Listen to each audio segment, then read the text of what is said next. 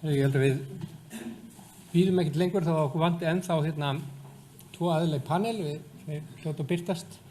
Það bjóð okkur velkomin á þetta málþing Vísindafélags Íslendinga sem við ákváðum að halda. Ég heiti Kristján Leósson og hef setið í stjórn þessa félags undanfarin 6 ár en er núna hættur frá því fyrir hálftíma síðan í stjórn. Þannig að þetta er núna mitt fyrsta verk sem fyrrverandi stjórnarmaður að stýra þessum fundi í dag. En svo ég segi aðeins kannski forsöguna þá hefur Vísindafélagið beitt sér fyrir svona almennri umræðu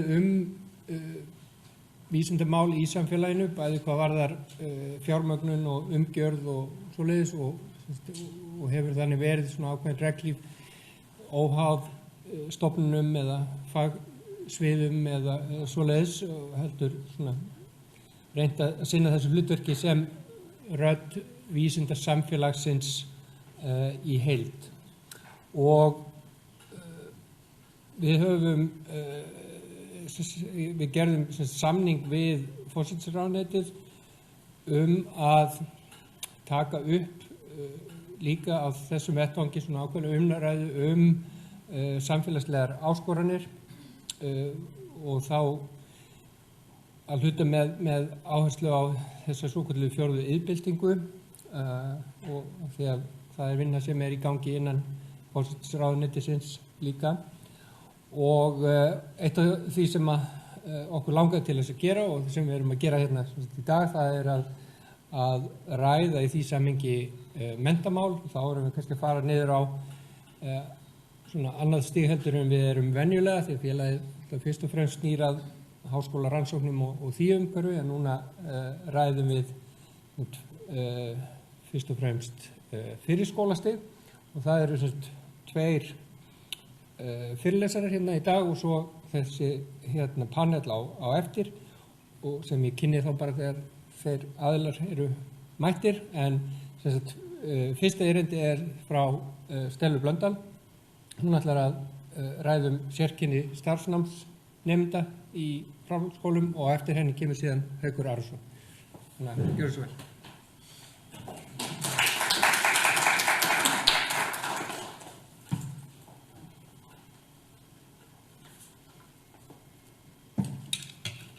Góðan daginn. Ég heiti Kristján Stella Blöndal og ég er dósent í félagsfræði, mannfræði og þjóðfræðideild. Láðist aðeins að breyta hérna nafngiftinni, hún hefur örlítið breyst hjá okkur, vorum að skipta nafn. Ég ætla að tala hérna sérkenni starfsnámsnemenda í framhaldsskólum og ég byggi þessa umfjöllun á skýrslu sem ég vann ásamt Jóni Torfa Jónassyni og Sólrúnu Sigvaldardóttur.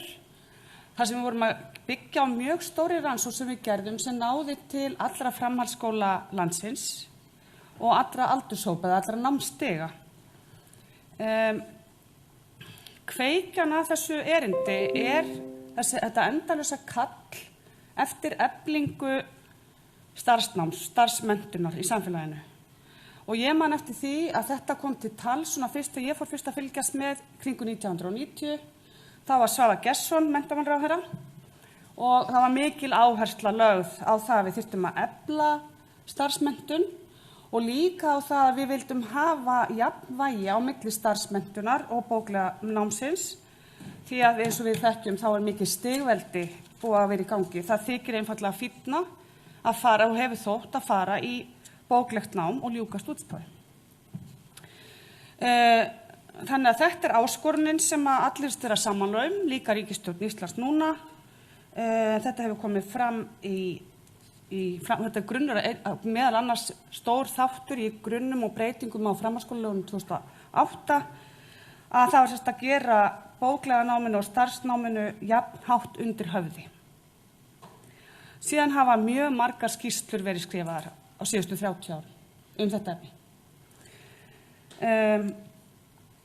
Vandinn birtist í því að það hlutfallslega fá ungmenni sem velja starfsnám í framhaldsskóla. Þannig að við erum í erfiðleikum með að höfða til þeirra. Þrátt fyrir það að það virðast vera mörg sem hafa mikinn áhuga á starfsnámi, sérstaklega þá erum við að hugsa verklegu námi í grunnskóla. Annað vandamál að þegar við náum að fá þau inn í starfsnámið, að þá er líka meira brotthvarf nemenda úr starfsnámi heldur en bóklegu námi. Og þessi nemendur útskrifast miklu síðar, miklu eldri heldur en nemendur í bóklegu námi. Bóklega námi þá erum við að tala svona í grundvallaratriðum bara gamla góða stúdentsprófið af þessum hefðbundnu gömlu brautum. Þótt að sé kannski komnar aðeins fleiri brautir núna, þá þetta samt sem áður mjög svipað, leyfi ég mér að segja. Markmiðið hér sem að draga fram sérkenni starfsnámsnemenda samanborið við bóknámsnemendur, og þá ég hér að hugsa afstöðu nemenda til náms, skuldbindingu til náms, ég mun skýra hérna aðeins betur, og svo námsframvinduna í framhaldsskóla. Hérna sjáum við námsvalið. Við erum búin að vera að leggja svona mikla áherslu á að fá ungt fólk í starfsnámið. Og þetta nú svona staðan, ef við tökum síðustu 17 ár, að þá sjáum við að við erum með mikið meirihluta í bóknámi, bæði stráka og stelpur. Og ef eitthvað þá hefur bæði strákum og stelpum fækkað hlutfallslega mjög á þessum 17 árum. Og ég ætla ekki að rýna mikið í þessa mynd, en þetta bara að sýna hlutfall ungs fólks í starfsnámi eftir OECD í Londonum, og þið sjá að við erum hana í 3. lægsta sæti árið 2018. Hvaða skýringar hafa verið gefnar fyrir þessari sérstöku stöðu hér á landi?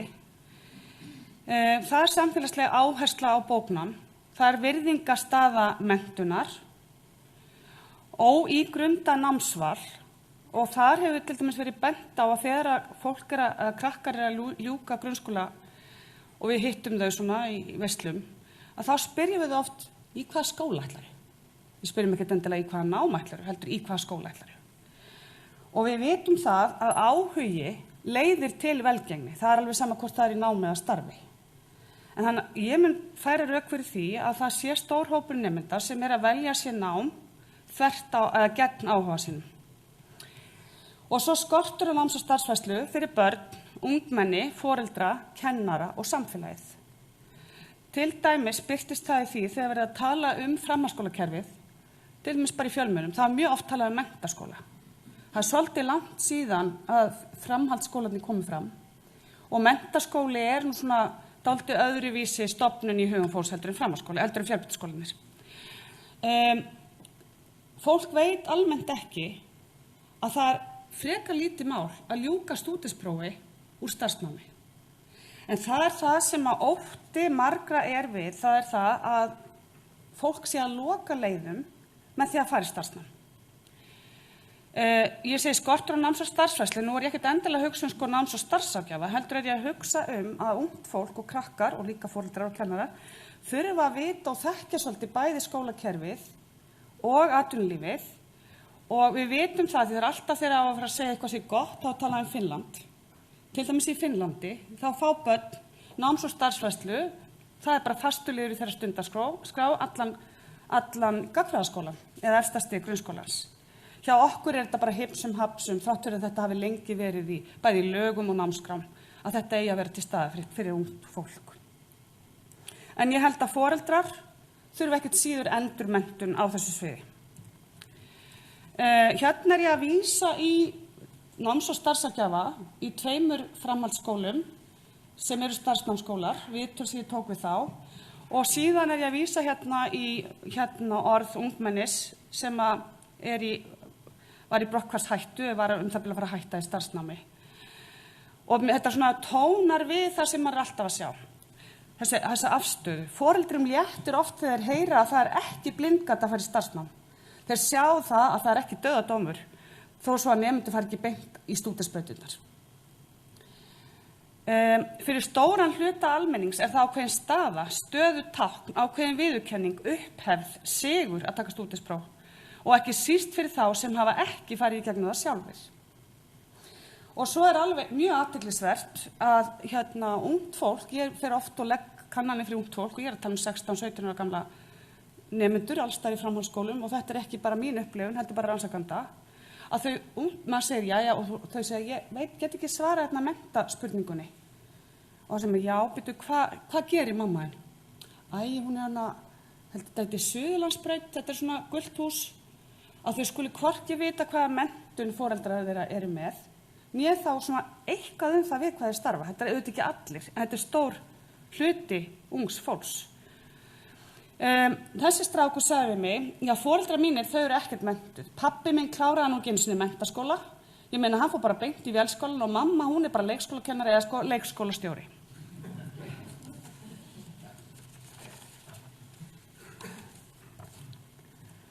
Örstutt bara rannsóknina sem ég byggja á hér í dag. Hún heitir Námsframvinda nemenda og skilvirkni framhaldsskóla.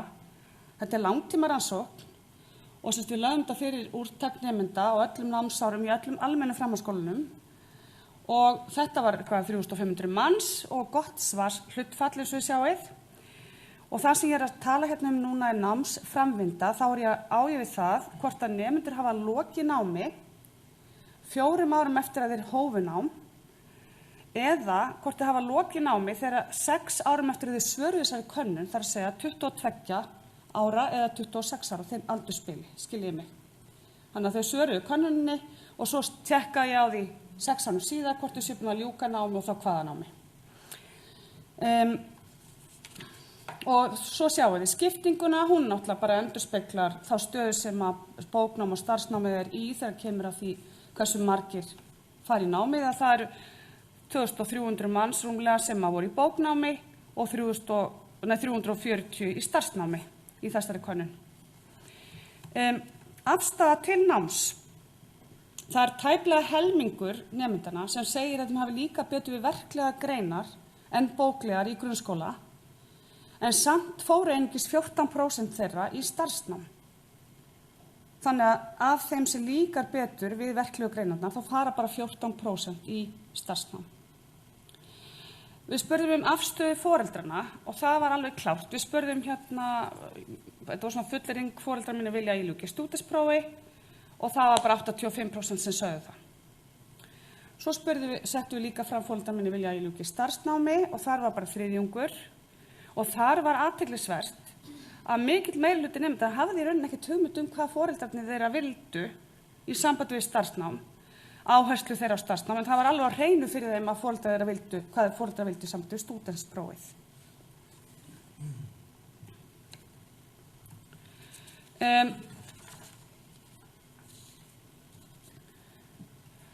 Þegar við skoðum bakgrunn nemenda, sem við gerum það alltaf, við vitum að skiptir miklu máli bakgrunnurinn fyrir það hvernig ungu fólki gengur í námi. Og það sem við sjáum var að foreldrar sem foreldrar nemendur í bóknámi, þau voru að jafna frekar með háskólamenntun, heldur en nemendur í starfsnámi. Og við sjáum að nemendur í bóknámi voru að jafna með mun hærri einkunn, og þetta er staðlaðar einkunnir í 10. bekk, í íslensku stærðfræði á samnefndu prófunum en í starfsnámi. Þannig að þau eru mun betur undirbúin fyrir allavega bóklegt nám. Skuldbinding til náms og skóla, ég valdi að fjalla hana af því að hún er mjög sterkur forspárþáttur það hvernig ungu fólki gengur í námi. Og þetta er svona þættir eins og þetta birtist í hegðun og þetta birtist í hugsun og tilfinningum og þetta snýr að náminu, hefur áhuga á náminu þínu, hefur metnað í náminu þínu, líkar þér við nemendur, samnemendur og starfsfólk skólans.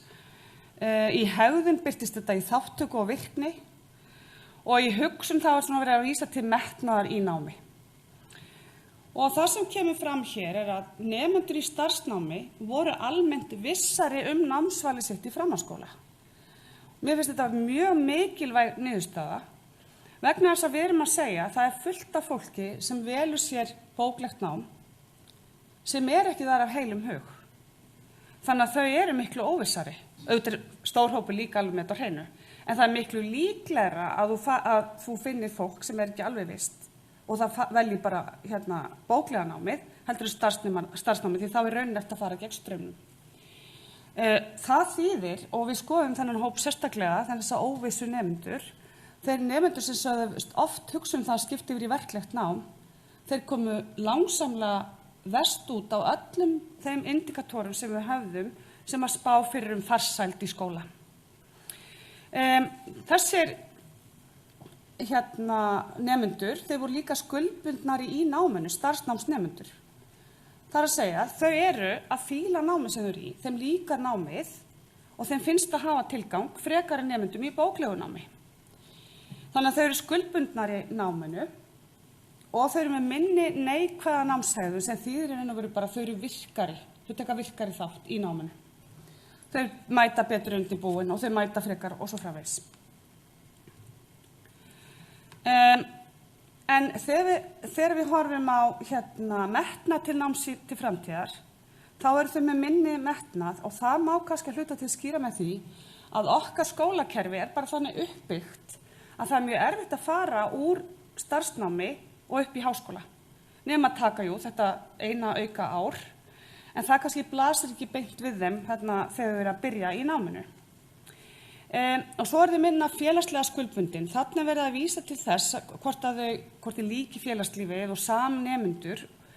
Og þegar ég ræði þetta við eins og tækniskólann og fjölbrautaskólana, sérstaklega kannski tækniskólann, að þá er það þannig að nemendur koma síður inn beint úr grunnskóla í tækniskólann. Félagslífið er með allt öðrum hætti, þetta er miklu breiðari aldurshópur sem er þarna inni. Það er ekkert svona sem tekur á móti eins og þau fara í þessa hefðbundu framhaldsskóla, sem er áhyggjuefni. Svo vorum við að skoða þessar námsframvindu. Hvernig gengur þeim þá? Þau eru búin að svara þessari könnun og svo fæ ég upplýsingar frá Hagstofunni og skoða hvernig gengur þeim svo að klára námið sitt. Og af því að þetta náði til 16 til 20 ára, þá eru þau nú orðin 23 til 26 ára þegar við erum að spyrja þessar spurningar. Það sem kemur fram þarna, að það er bara ósköp einfaldlega, eins og hefur komið fram líka í skýrslum, að læra hlutfall þeirra sem voru í starfsnámi þegar könnunin fór fram, höfðu útskrifast úr framhaldsskóla en þeirra sem voru í bóknámi og við erum að athuga þetta 6 árum síðar. Þau eru búin að hafa ansi langan tíma til að klára og þau voru líka ólíklegri til þess að útskrifast á réttum tíma, sem er svona samræmi við það sem við vitum að þau eru svona 26 ára að meðaltali þegar þau ljúka starfsnáminu, meðan að bóknámsnemendur eru að ljúka að meðaltali tæplega 21 árs.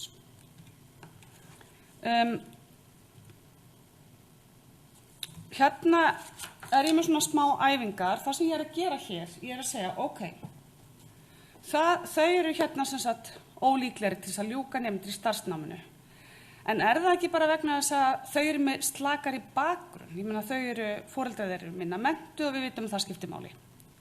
Þannig ég ætla að taka bara það með í reikningin. Þannig hér er ég bara látið svo allir séu með sambærilegan bakgrunn þegar ég ber saman starfsnámsnemendur og bóknámsnemendur.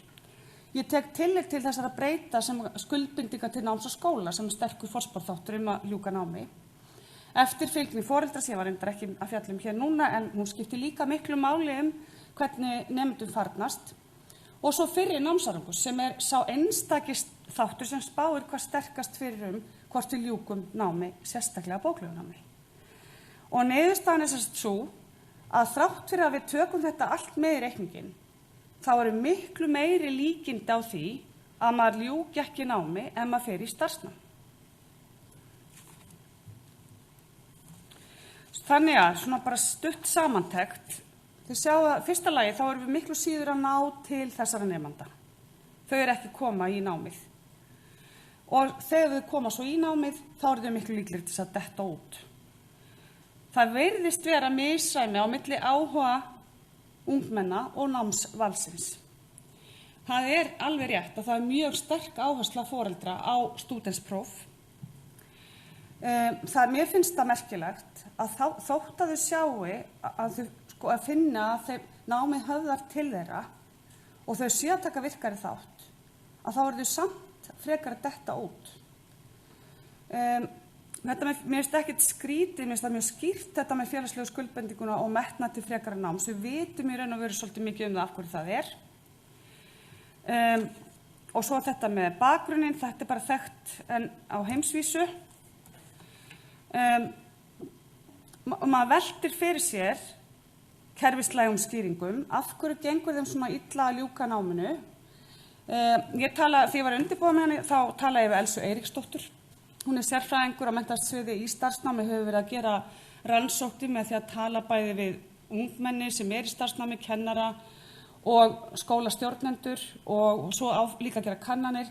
Og hún sér ekki eitthvað svona mjög mikið kerfislegt vandamál eins og þá var ég að hugsa erfitt að komast í starfsnám til dæmis, erfitt að komast á samning. Það einhvern veginn liggur ekki ljóst fyrir en við vitum samt að það mjög breytilegt milli ára hvort það erfitt.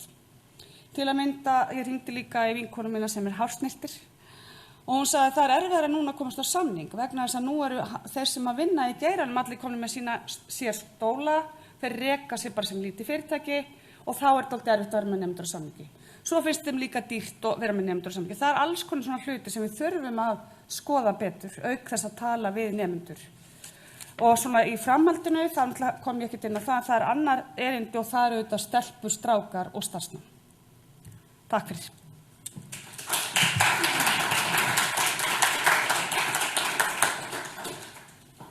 Við geymum þá bara spurningar til á eftir, það var nóg tími í það, þannig að þá ætlum ég að bauða Hauk Arason velkominn. Hann ætlar að tala menntapólitísk átök og fleira. Þú komið. Já.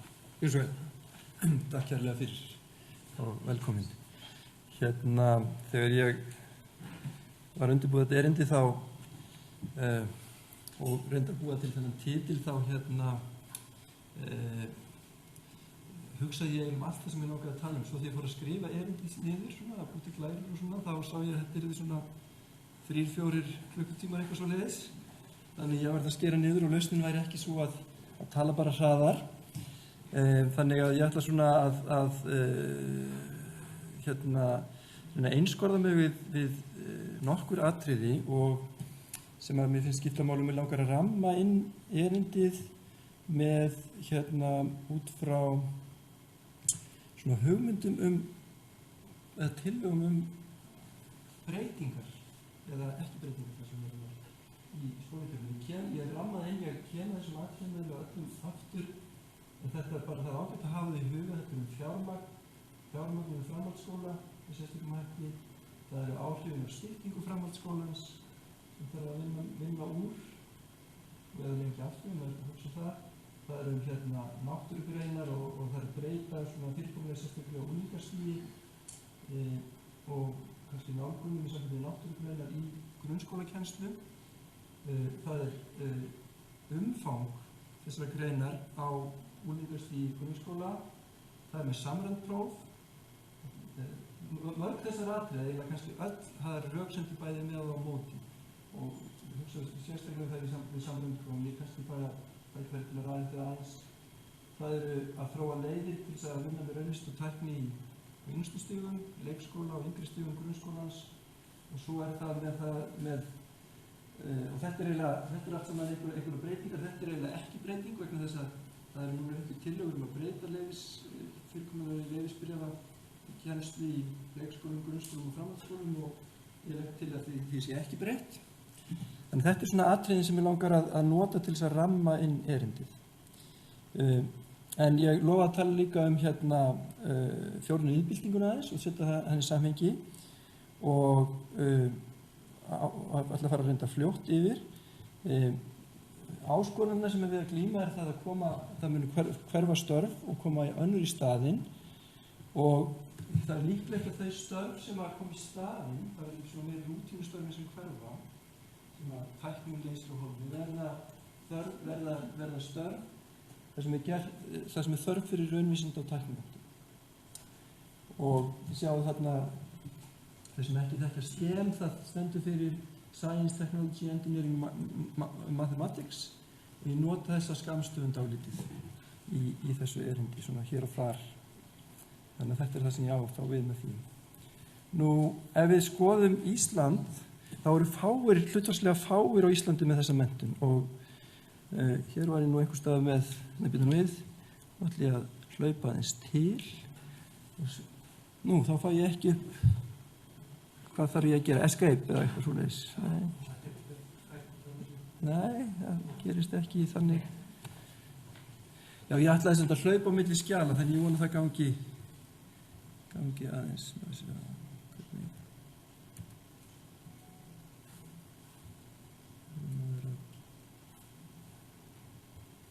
Vinna með það. Þetta er hér. Já, tæknin að stríða okkur. Gott og vel þarna, já, ég skal svo bara setja stað, vonandi ekki gengur það. En ef við kíkjum á þessa mynd hérna, þessi súlrit hérna, þá sjáum við að stefnmenntaðir á Íslandi eru í kringum 16% af væntanlega vinnuaflinu reiknir með þetta síðan. Á meðan við sjáum að í öðrum löndum er þetta hlutfall flestum til þetta hærra og við sjáum reynda líka þetta rímar svolítið við það sem Stella var að sýna okkur í sambandi við svo starfsmenntun og iðnmenntun og starfsmenntun. Þannig við sjáum að það er talsvert mikill munur á þessu og því sem að er á Íslandi og því sem að tíðkast er flestum þeim löndum sem við viljum bera okkur saman við. Ekki hvort, nei, heyrðu, jú, já, þetta verið styrka. Eitt sem að má nefna er það líka, og það er þarna ágætt skýrsla sem þessi mynd sem ég tók úr það er fjallað nákvæmlega þessar áskoranir, en það verður meiri þörf fyrir og nokkuð ljóst, það verður meiri þörf fyrir nýsköpun og skapandi hugsun á þessum sviðum í framtíðinni. Næsta atriði sem ég langar að nefna að ræða er mikilvægi þekkingar og vandamálið er það að þekking er ekki beint í tísku. Þekking er í rauninni ekkert annað en safna minnisatriðum og þekking hefur átt svolítið undir högg að sækja í skólakerfinu, það er svolítið einkennilegt en því þekkjum kannski umræðum það að vera á móti til þess utanabókarlærdómi, veit ég hvort þið hafið heyrt það, en það er svona ákveðin svona andstaða við til dæmis bara kennslubækur, þekkingin kemur utanfrá, þekkingu sem það er ákveðinar hugmyndir kennivald, ytra kennivald og þekkingin ekki að koma utanfrá heldur þurfa að byggja hana, nemandi þurfa eiginlega að búa hana til sjálfur jafnvel. Þetta er svona hugmyndir, þannig að þekking í raun og veru er ekki tísku. Og svo til dæmis ég skrif námskráa núna, skólanámskráa eða jafnvel lýsinga á einstökum námskeiðum, þá er alveg bannað að segja að nemendur eiga í loknum námskeiðin að vita eitthvað eða kunna eitthvað. Það er algjörlega bannað núna. Þannig ég leyfi mér að halda því fram að þekking eigi dálítið, sé alls ekki tísku, sem að er mjög miður. Því í raun og veru er þessi minnisatriði, þessi þekking er eiginlega undirstaða allrar hugsunar. Þegar við erum að hugsa þá erum við meðhandla fullt af litlum atriðum, fullt af litlum minnisatriðum og hæfni til þess til gagnrýninnar hugsunar, skapandi hugsunar og þess að kallum merkingarskapandi læsi. Allt þetta byggist á þekkingu. Það er oft talað það svona eins og það eigi að vil kenna gagnrýna hugsun. Þetta var reynt aldrei í Bandaríkjunum svona á 9. áratug, 9. 10. áratug síðustu aldar. Það var mikill áhugi þar á því að reyna að efla og kenna gagnrýna hugsun. En þetta er ekki hægt, af því að gagnrýna hugsun er alltaf algjörlega háð því sviði sem að hugsunin snýst Þannig að kenna gagnrýna hugsun eða skapandi hugsun eða efla læsi, það er til ákveðu almennt læsi, þetta er allt háð þekking. Þannig að þekking er algjör undirstöðu atriði þess að það sé hægt að vinna með sköpun og þetta er háð sviðum. Ég ætla nú ekki að hoppa svona langt. Það verður að passa sig að snert ekki. Að það þarf að vinna með á hverju sviði. Ef þú ætlar að vinna með skapandi hugsun í tónlist, þá þarf að vinna með tónlist. Ef þú ætlar að vinna með skapandi hugsun í til dæmis í sambandi við raftækni, þá ætlar að vinna með skapandi hugsun á því sviði. Þannig að það verður að vinna á hverju sviði. Og þetta finnst mér, þetta er í aðalnámskrám eins og það birtast þetta svona frekar óljóst. Það er þetta talað þar það að fletta skapandi hugsun og gagnrýni hugsun í inn í hvert einasta svið, en svo þegar það fer að ræða þetta þá oft talað þetta svona eins og almenna færni, en hún bara ekki til. Skapandi hugsun sem almenn færni eða gagnrýnin hugsun bara ekki til. Hún alltaf bundin svið. Fólk getur verið skapandi á ákveðnu sviði en alls ekkert á öðru sviði og svo framvegis. En þetta held ég að sé mjög mikilvægt að hafa í huga í sambandi við það sem við höfum verið að tala eða ég er að tala þessi tillögur til dæmis. Nú, annað sem ég langar að nefna í tengslum við þessi atriði, og það það hvernig menntastefna, að það að segja, mér finnst stjórnvöld svolítið skjóta sér undan því að móta menntastefna. Það að segja að velta fyrir sér hvað ég að fjalla og hvernig og hvað það sem skiptir meira málum annað. Svo lenti ég þessu náttúrulega sjálfur, ég var bara útvarpi í dag og það viðmiðunarstundaskrá og sagði að það þyrfti að auka hlut náttúrugreina þar og svona. Og þá var ég spurður samstundis, hvað vil taka burt? Og þá þorði ég ekki svara spurningunni, sko. En ég ætlist til þess að stjórnvöld geri þetta. En í staðinn hafa stjórnvöld dálítið lagt þessa mótun menntastefnunar í hendur á börnum og unglingum og mjög ungu fólki. Og það gerist með ýmsum hætti. Við sjáum, undirliggjandi þar er svona markaðshyggja. Það að segja að menntun sé einhvers konar markaðsvara, hún sé bara lögð fram og svo komi þá neytendurnir sem eru væntanlega þá börn og unglingar, hugsanlega foreldrar og velja af svona hlaðborðum. Og þetta sýn svona á menntun líka sem svona einstaklingsbundin gæði, það að segja fólk sé í skóla fyrir sjálft sig, það sé að læra eitthvað bara fyrir sjálft sig og þess vegna verður þetta einstaklingurinn að velja af þessu hlaðborði. Nú, það tengist líka hugmyndum um valfrelsi og lýðræði. Þetta svona hugmyndir, ég ætla ekki að kafa neitt mjög djúpt í það, þyrstum að hafa lengri tíma til þess. En þetta tengist þessum hugmyndum. Nú, þessu fylgja síðan svona sjálfvirk fjármögnunarkerfi.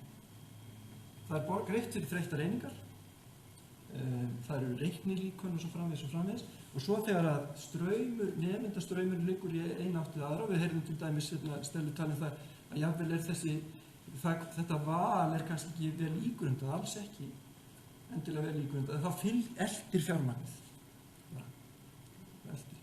Svo sjáum við líka hluti eins og það að innan ákveðna skóla, jáfnvel námsleiða, þá kemur upp þetta valfrelsi og nemendur verða að velja milli námskeið og svo framvegis og það hætti því að ég ætla kannski bara að byrja að tala um þetta atriði að nemendur hafi svona tilhneigingu til þess að svona kannski eðlilega að sækja í svona auðveldari leiðir og svo framvegis sneiða hjá því sem erfiðara og þá eru kennarar komnir í þá aðstöðu að verða svona slaka á kröfum og vera með frambúð sem er auðveldar og einfaldar og svo framvegis, kannski slaka á menntun vegna þess að þess til að ef við lítum á nemendurinn sem neytendur þá eru þeir kannski mjög gjarnan að biðja flesti neytendur vilja meira, sko, ef þú fær meiri í rjómaís fyrir sama verð þá færðu meiri í rjómaís en það virkar ekki alveg þannig í menntakerfinu. Nú, eitt sem ég ætla að nefna reyndar þarna áður er þetta atriði sem menntun sem merkimiði. Þetta er ein sín á menntun, þar sem það eru gráðurnar sem gilda, nemandi kemur það sem er að sækjast eftir eiginlega bara merkimiði, skírteinið, gráða. Og maður sá þetta svona til þess mjög skýrt í umræðinu styttingu framhaldsskólans og reyndar miklu víðar. Og þetta skýrir oft líka þessa hegðun náttúrulega þegar ef maður lítur á menntun sem vöru á einhverjum markaðstorki. Þá það í rauninni gráðurnar sem er varan sem er verið að sækjast eftir. Nú þá kemur líka spurningi hverjir eru neytendurnir í þessu og þessi einstaklings svona eða litið sín á menntun sem einstaklingsgæði þá það fyrst og fremst nemandinn sem er neytandi. En frá mínu sjónarhól held ég að við verðum að hafa miklu víðtækari sín á það vegna þess að það er í rauninni kannski sá sem hver nýtur menntunar sem það er verið að mennta að segja það myndi eftir hug, veit ekki að myndi eftir hug en yngri dóttir mér var tekin í keisaraskurði mjög fær læknir sem gerði þennan keisaraskurð þessi læknir var menntar hver er neytandi menntun? Er það læknirinn, þessi manneskja sem var mennta þessi læknir eða er það jafnvel kannski bara dóttir mín sem var þá ófædd þegar þetta gerist Þannig að var hún neitandi menntunar læknisins. Þannig að ég held að það sé mjög hægt að hafa þessa sýn á menntun sem markaðsvöru og nemanda sem neitanda. Það í rauninu verið samfélag og yfirleitt það samfélag framtíðarinnar sem nýtur góðs af menntun. Og ekki bara einstaklingur auðvitað sjálfur nýtur góðs af menntun en langt í frá að vera eini aðilinn sem nýtur góðs af menntun.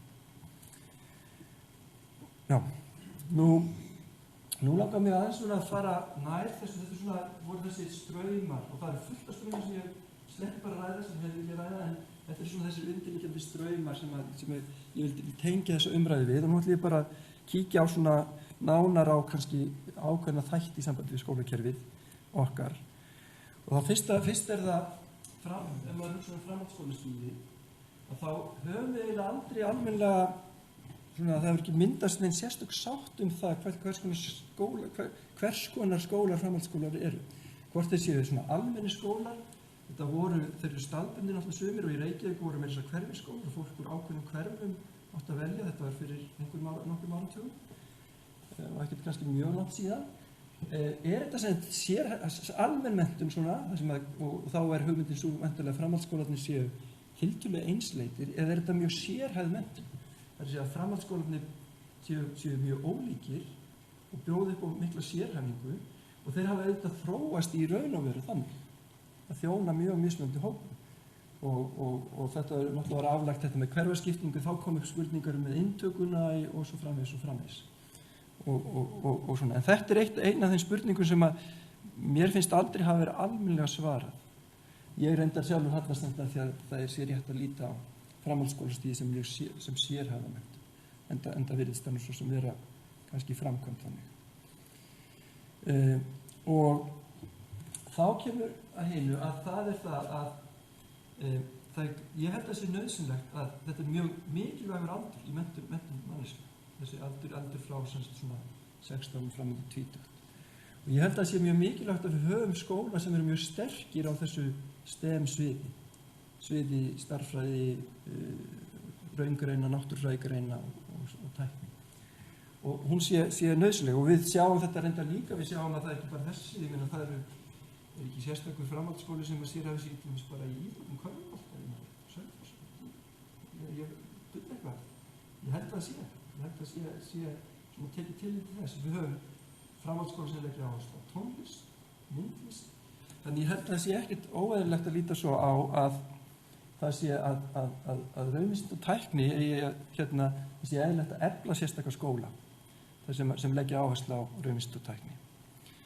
Og við sjáum að það eru örfáir framhaldsskólar sem að veita það sem ég myndi kalla gæðamenntun, hafa tækifæri til þess. Því þú þarft líka að vera bara, eitt af því sem setur skólum skorður er það að fjöldi nemenda sem hefur áhuga á að sérhafa sig sérstaklega er mjög lítið. Eins og verður eðlilega fámennari skólum. Þá er mjög erfitt að bjóða upp á nám á afmörkuðum sérhæfðum sviðum. Og það eru örfáir framhaldsskólar sem veita gæðamenntun á þessu sviðum. Og nú ætla ég vonandi geti hoppa á milli. Ég ætla að fara hingað. Nei, það virkaði ekki. Þannig að hvað gerðum við til þess að berga þessu aftur?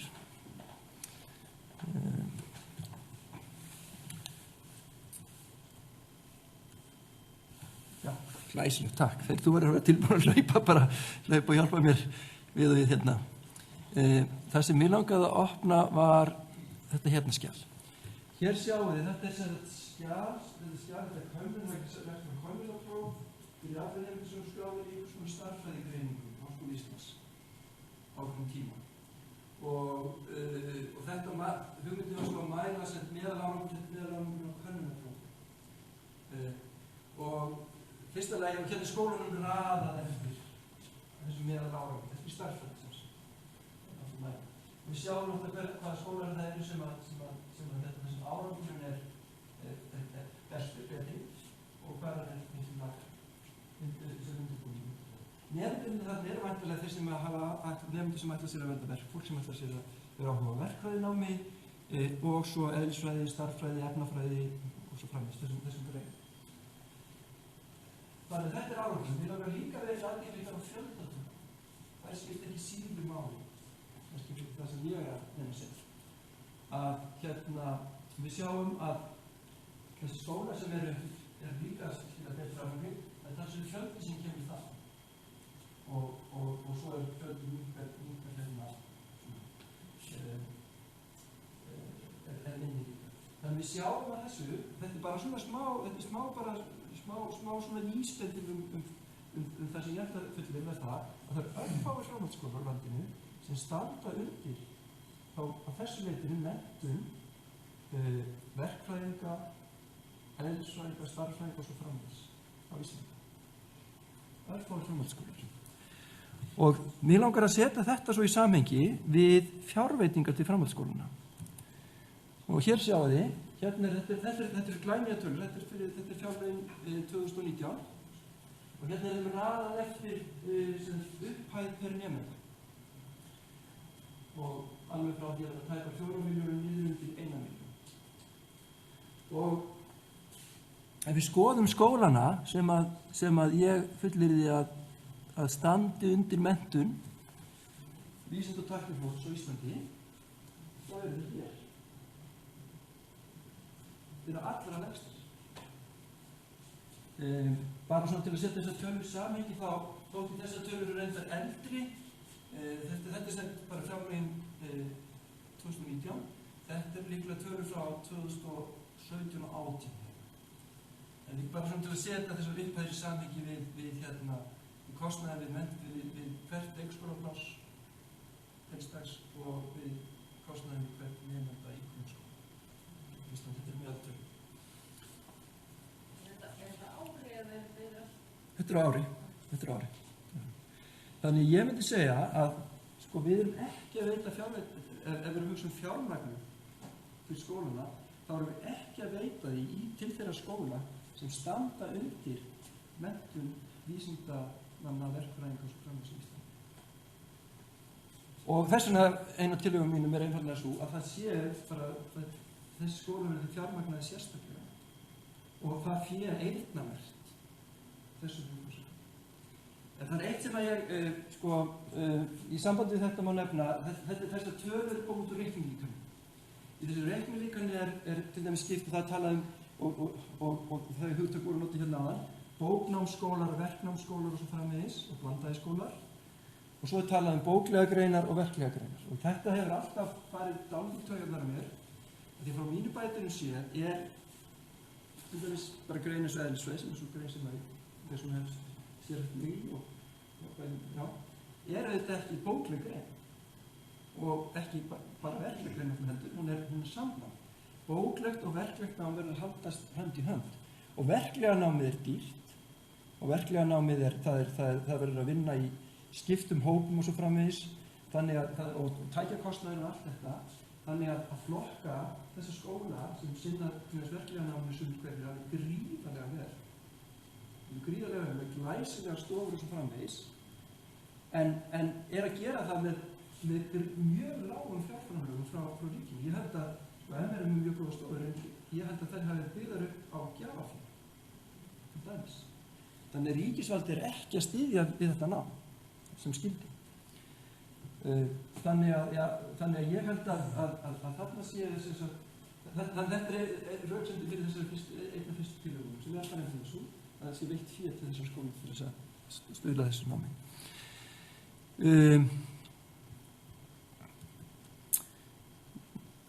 Hvernig virkar þetta svona? Má ég sjá framhaldsskólastigið, þá er ég að fletta hérna aðeins áfram. Já.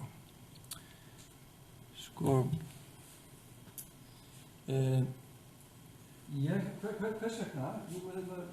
Ég held að þessi undirliggjandi alls konar hugmyndir og sem að það er mikilvægt að það geta fengið lengri tíma svo sem til að ræða. En eitt sem ég held að fólk sitt á því hrætt við og skóla. Það er eitt. Og það er kannski, það eru röksemdir fyrir því að reyningjaflokkar, reyningi búið til skóla sem eru kannski of öflugir. Ég held hins vegar að það sé, eins og segja, að maður fyrir að líta hins vegar á samfélagslegt í menntun. þá nauðsynlegt að við höfum öfluga skóla til að byggja upp samfélag þar sem kemur inn ungt og öflugt fólk akkurat á þessum sviðum. Og gæði skóla, þau ráðast af ýmsu, þau ráðast af kerfunum, þau ráðast af námskráni og þeim kerfum sem er búið að byggja upp. Það er eitt af því sem skiptir máli. Margt sem bendir til þess að kennararnir, hæfni kennarinn og færni, skiptir jáfnvel ennþá meira máli, heldur en þessi kerfi, námskránar og það. En það sem skiptir mestu máli eru nemendurnir. Því að þau viðhorf sem ríkir innan skóla, sá andi sem ríkir innan eitthvað skóla, ræðst svo mikið af nemendunum. Þannig að ef í nemendahópnum eru fólk sem eru áhugasamt, öflugt og svo framvegis, þá verður svo skóli með allt öðrum hætti. Þannig að þessi svona ytri kerfi, þannig að ef við söfnum saman eins og gerist, vissu marki, og að betri nemendur, öflugri nemendur, áhugasamari nemendur á þeim sviðum sem skólinn er að sinna, safnið saman, þá verður skólinn miklu betri og öflugri. Og ég held að menn eigi að verði þess vegna, þó að það séu ákveðnar, svona það eru ákveðnar og ég ætla ekki að fara að tíunda þau, sem er hægt að færa gegn því, þá held ég að þessi samfélagslegt gildi menntunar vegi þyngra. Þá langar mig aðeins að tala um grunnskólan og kannski leikskólan aðeins og og hvað ýttur á til þess að þessi takki hér? Kannski má ég sjá. Nei. Það var ekki góð hugmynd. Jæja, þetta bjargaði samt. Til þess að er það þessi takki hér, svona. Svo, nei, escape-takkin og tvisvar, já, flott.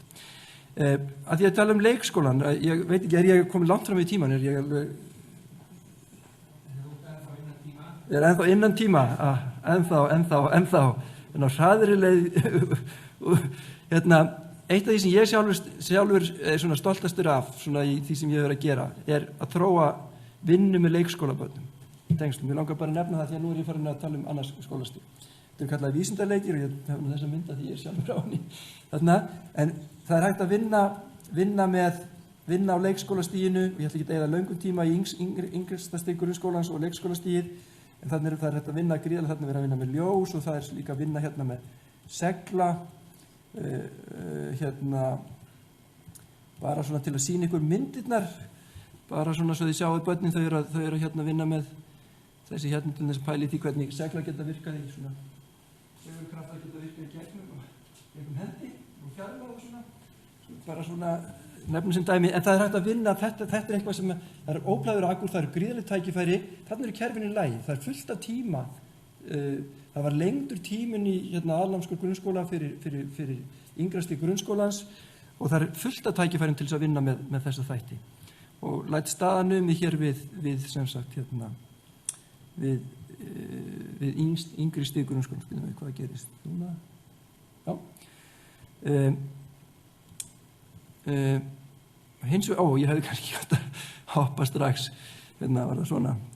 Þá ætla ég að snúa mér aðeins að svona árangri, heildarárangur í grunnskólans og sýna ykkur þessa mynd hérna. Þetta er árangurinn í PISA. PISA-framlöfum, við sjáum hérna 2006, 2009, 2015 og þið sjáum Norðurlöndin hérna og Íslandi hérna. Og þetta er árangur eftir það sem við kallum læsi náttúrufræði greining, það sem við sjáum hérna. Við sjáum ýmislegt, við sjáum fyrsta lagi að Íslandi neðst af Norðurlöndum og við sjáum að árangurinn er svona hendur á miðum á Íslandi. Þetta er svona próf sem tekið við svona undir, þetta eru 16 ára úrlingar í 10. bekk, efsta bekk í grunnskóla. Þannig við sjáum að árangurinn er ekki sérstaklega, allavega við erum ekki glöð yfir þessu, held ég. Og við vildum allavega svona vera að mista hvort á parið, sjá það í lögum sendina að ég er svona við á parið þarna. Finnland sker sig úr, árangurinn þetta fyrir Vestland, en þau samt er árangurinn bara fyrna góður þar, og svo skerum við okkur svolítið úr.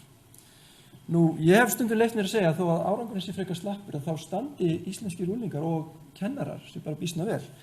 Og ástæðan fyrir því er mynd sem ég ætlaði, ég var ekki búin að opna hana en ég ætla að geta að opna hana hér. Nei, heyrðu, það er í erindunum sjálfum. Ég skellt inn tölunum þar, já.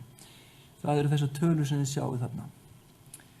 Já, ég reyndar kannski að opna fyrst viðmiðunar stundaskrána bara. Hún á að vera hér, nei, þetta fjólviðmið, hún á að vera hér. Sko, tími í aðalnámskrá grunnskóla er ákvarðað hvað þá tími sem ætlaður í hver viðfangsefni. Þetta mælt í einhverjum vikum, mínútum og svo framvegis. Og hér sjáum við stærðfræðin hérna og svo framvegis og sjáum við eins og greinar. Og hér sjáum við hérna náttúrugreinar. Því ég sagði að það væri bara 7 þá er það að nýta þennan tíma hérna vel og þennan tíma hérna vel. Við sjáum hérna þessar viku, mínútur hérna ólífastíma. Þetta kannski segir okkur ekkert til þetta getur svona náttúrulega að benda saman erlend tungumál þau fá 840 viku, mínútur ólífastíma eða náttúrufræðin 360, við getum svona skoða þessar tölur, íslenska 630, stærðfræði 600. Þannig sjáum við svona hvernig áherslan liggur þarna. Svolítið. En það sem ég langaði að bera saman við er þessar tölur annar staðar. Og ég verðist að hafa svolítið fyrirvara á, það er ekki víst þessar tölur séu, það eru fyrsta lagi gamlar og það er ekki víst að séu alveg samanbundnar. Þið sjáum við saman. Ég hef búið að umreikna þessar mínútur fyrir þessi nefnd. Og mér minnir að ég hafi síðan séð tölur sem bendur þess að Svíþjóð séu svona pari eins og hérna við Danmark. En hjá okkur eru þessar viku mínútur þarna, uppreiknað á, eru 360 og svo sjáum við hvað eru hægri annars. Finnarnir eru nokkur neginn, ekki alveg kannski, já, þið sjáum við það. Það reyndar eru, og eftir það við sagðum hérna, það getur verið nefnilega að finnarnir nótt séu vísindi og tækni, þannig að kannski alveg endilega nákvæmlega sömu viðfangsefni. Þetta er erfiður samanburður, en ég leyfi mér að fullyrða að það bara einfaldlega miklu meiri tíma var í þessi viðfangsefni og ólíkastigi í löndum sem við viljum bera okkur saman við. Þannig það er ekki óeðlilegt og árangur okkar sé slakari. Og það er auðvitað ein af tillögum mínum, er það að þessi tími verður lengri.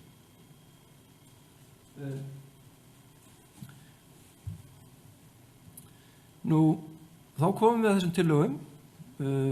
Sérstakt fjármagn, ég ætla ekki að tala meira um það, ég er búin að gera þetta aldrei. Þetta með styttingu framhaldsskólars, þetta hefur sett mikið þrýsting á framhaldsskólana, sérstaklega á þeim sviðum þar sem að þarf að undirbúa nemendur, segjumundis og frekara háskólanám á einhverju sviðum, þar sem það er svona lóðréttur struktúr, það er að segja til þess að geta lært eðlisfræðina þá þarfst að vera búin að ákveðnum árangri í stærðfræðinni. Stærðfræðin þarf að byggjast atriði hver upp og öðru. Þess vegna þegar framhaldsskólinn er styttur þá verður erfiðara að vinna með þær greinar. Það sem þarf að byggja upp þekkinguna og færnina yfir tíma. Og í annars það náttúrulega var síðan að skera burtu sem var auðvitað spurning, og þetta er auðvitað spurning sem hver framhaldsskóli. Völdinni við námskrána voru færið svolítið frá ráðuneytinu líka núna 2011-13 úr ráðuneytunum yfir í skólana sjálfa, en vilja menn skera niður breiðmenntunina og halda sérhæfingunni eða vilja menn skera sérhæfingunni og reyna að halda breiðinni. Skólanum var styrkti fyrir þetta. Og sjálfur myndi ég geti ekkert alveg svara hvað sé rétt að gera, hvort það er að ganga tilbaka þjóðir að gera það eða í ákveðnum mismunandi menntakerfi, mörg menntakerfi í Þýskalandi í sumum stöðum höfðu stytt framhaldsskóla og svo lengt hann aftur. Þannig það er auðvitað hægt að gera það, en það má líka velta þessi hvernig er hægt að vinna gegn áhrifum. Ég hef ekki svona alveg búin að pæla í því sérstaklega. Nú, annað sem ég kannski hef ekki nefnt heldur er það að ég held að vera mjög skynsamlegt að samþætta námskrárugreinar og tækni í grunnskólakennslu. Það er að segja að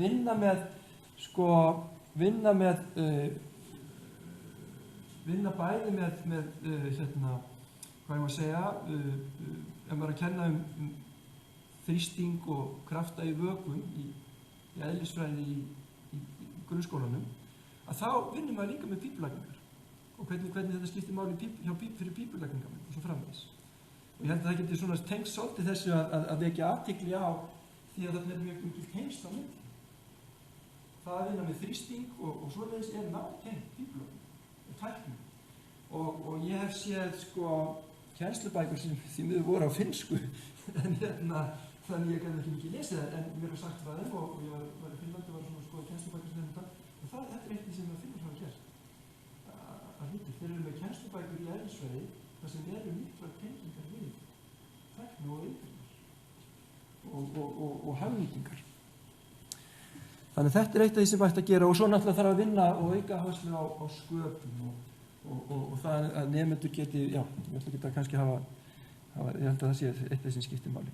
Nú, þetta er ég búin að nefna, talsvert, auka tíma náttúruvísinda og tækni viðmiðunarstundaskrá, á unglingastiginu sérstaklega, taka upp samræmd próf, já, ég er ekki mikið talað um þetta, og þetta er svona eitthvað sem eru bæði til sterkar röksemdir með á móti. En fyrsta lagi samræmd próf, og það er sko talastundum samræmd próf núna, það er til svona samræmd könnunarpróf, en þau eru ekki samræmd lokapróf. Og þessi samræmdu könnunarpróf hafa engin áhrif af það sem gerist, þar að segja þau eru ekki notuð við inntöku í framhaldsskóla og svo framvegis. Ég er að tala um að taka upp samræmd lokapróf sem að hafi áhrif á til dæmis inntöku í framhaldsskóla. Framhaldsskólarnir núna, ég segi ekki, þeir veit ekki sitt rjúkandi ráð þeir eru að taka nemendur, en þeir verða að byggja á einkunnum sem eru ósambærilegar. Þannig það er eitt. Þannig að nemendur til dæmis, þetta sést bara til dæmis þegar nemendur fara í hraðferð í kannski íslensku framhaldsskóla og það allt í kemur í ljós og sumir nemendur eru rosalega góðir, en aðrir bara eru sko afar langt frá að uppfylla þeir skilyrði að eiga alls ekki heima þar. En þá er þessi röðun í hraðferð íslensku, hún er bara að byggða á einkunnum úr grunnskólanum og þessar einkunnum alls ekki sambærilegar. Þannig að það er eitt. Annað sem að skiptir vinnuvegilega erfiðara máli, það er áhrif sem ég sagði í náttúrufræði. Þannig var þegar það voru samræmd próf, lokapróf voru hérna aflögð fyrir, ég fór ekki alveg að nefna hvað eru einhver áratugur eða eitthvað svo síðan. Og eina röksemdunum, og það voru fína röksemdir, var svo að samræmdu prófin hefðu neikvæð áhrif á það sem gerðist í kennslu, sem til þessi kennslu náttúrufræðina. Öflugir kennarar í grunnskólanum sögðu, jú, samræmdu prófin þvinga mig til þess að kenna með öðrum hætti heldur en ég ætla að tel best og þess vegna er gott að þessi verið aflögð. Og þessi kennarar hugsaði sér gott í glóðarinnar að fara að kenna nú með þeim hætti sem að þeim virkilega fara að leggja meira áherslu á verklega kennslu og alls konar mjög mikilvæga hluti sko. En það sem gerðist var ekki það að þeir fengju þessi tækifæri. Það sem gerðist var það að í viðmiðunarstundaskránni þeir tóku kannski eftir neðsta lína stóð val, nemendur skóli og svoleiðis. Og í skólum hafði það verið þannig að annars vegar höfðu stundum skólastjórnendur valið bara að bæta þessum stundum við, stækka náttúrufræðina, þetta var samræmd grein og skipti máli og við ætlum að leggja áherslu á hana og við bara bætum við stundum. Eða það hefur farið svo leið að segja þessi val, já við höfum bara náttúrufræði val í 9. og 10. bekk og þá geta þeir nemendur sem hafa sérstakann áhuga og ætla sér að kannski frekar nám eða hafa sérstakann áhuga á þessum greinum, þetta tekið þetta val og þetta var tekið af valinu. En það sem gerðist þegar samræmdu prófin voru afnumin, þá snar minnkaði þetta. Þannig að umfangi minnkaði. Áherslan á greinarnar í skólunum minnkaði. Það var ekki miklu síður að þessum stundum væri úthlutað til þessar greinar, tíminn var styttur. Jafnvel, auðvitað er það mjög mismunandi eftir skólum. Sumir skólastjórnendur styðja mjög vel við bakið á sínum náttúrufræðikennurum, en svona heilt yfir þá minnkaði vægi greinan og þar með var erfiðara fyrir kennara að svona fáta peninga í dót og svo framvegis. Þannig að svona heilt yfir, þá að þessi bæði rök við á móti, þá er ég heldur á því að þessi að taka rökin meiri rök hingað með því að taka samræmd lokapróf í grunnskólanum. Heldur en þau rök sem mæla með því að það var. Og já, var ég búin að nefna Svíar tóku, þegar við lögðum þau af, þá voru Svíar akkurat að taka þau upp aftur eftir að hafa lagt þau af í einhver ár. Svona samræmd lokapróf, bara svona til að nefna það. Nú já, ég var búin að tala um þetta þróa leiði til þess að vinna með reynslu og tækni í leikskóla og yngri stigum. Og já, síðasta atriði, þetta er nú bara heitt núna, kannski ekki það mikilvægasta en samt, að nú eru uppi hugmyndir um það og ég held að sé komið frá lagafrumvarp, en það er líklega í samráðsgátt eins og heitir núna. Lagafrumvarp að taka upp 1 leyfisbréf fyrir öll skólastig, þar að segja leikskóla, grunnskóla og framhaldsskóla. Og rökin með því eru það í núverandi lögum á að vera svona þær ákveðið og það eru rök fyrir því að hafa ákveðin sveigjanleika á mörkum skólastig og þetta eru megin rökin sem ég hef heyrt fyrir því að gera þetta.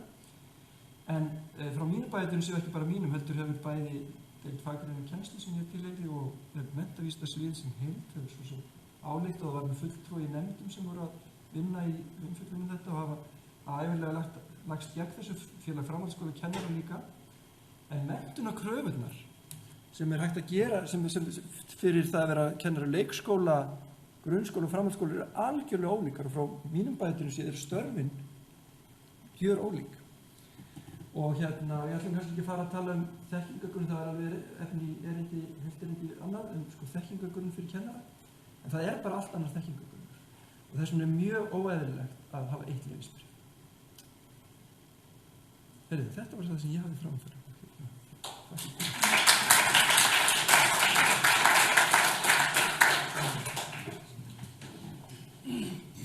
Kæra þakkir. Þá ætla ég að biðja ykkur tvö að setjast hér með Höllu Helgadóttur sem framkvæmdastjóri Hönnunarmiðstöðvar og honum Einari Mentiles sem framkvæmdastjóri Auðnu Tæknitorgs.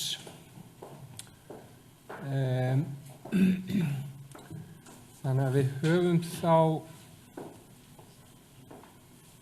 hvað maður segja,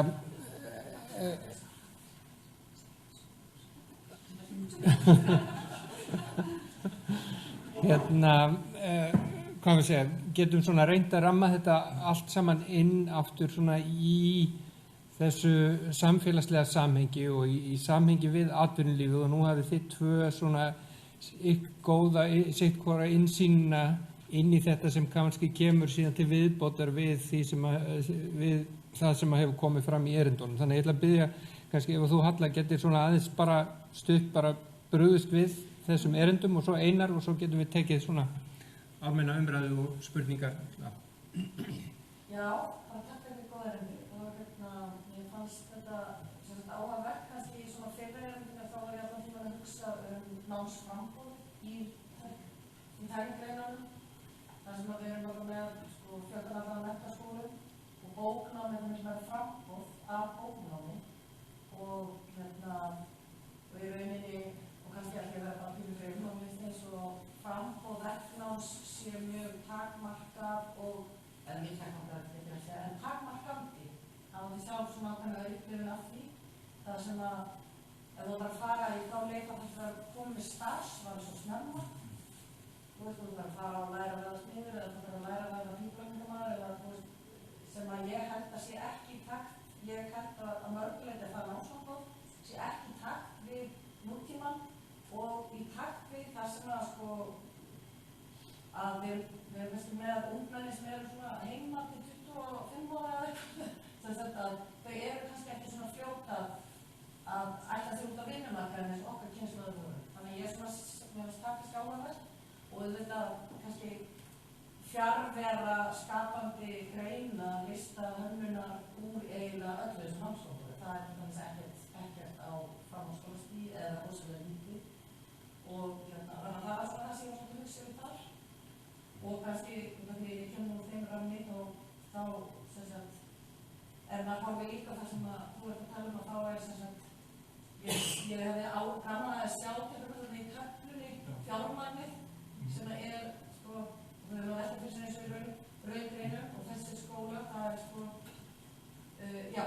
hvað myndi fjármagn í þeim skapandi greinum sem ég kannski að tala fyrir vera þannig að það rauninni líka skortir mjög kannski að framhaldsskólastigi svona að þeir sem að fara í kannski ef við tala bara hönnun og arkitektúr þeir hafa kannski lítil tækifæri til þess að koma undirbúin úr framhaldsskóla inn í það nám. Þeir byrja mjög mikið á því námi bara af framhaldsskóla loknum. Það þetta hægt að undirbúa svo nátt en þeir þarf að vera rosalega markvissir það eitthvað svona á ég að bregðast við eða? Við skulum leyfa Einari að segja smá svo tökum við. Ég segja aðeins hvað ég stend hér, Tæknitorg. Þetta fyrirbæri sem nýstofnað í rauninni og það hlutverk að tengja vísindin og vísindasamfélagi og afurðir hvaðan betur við samfélagi, atvinnulífið og við þá sem að geta hagnýtt og nýtt sér niðurstöður rannsókna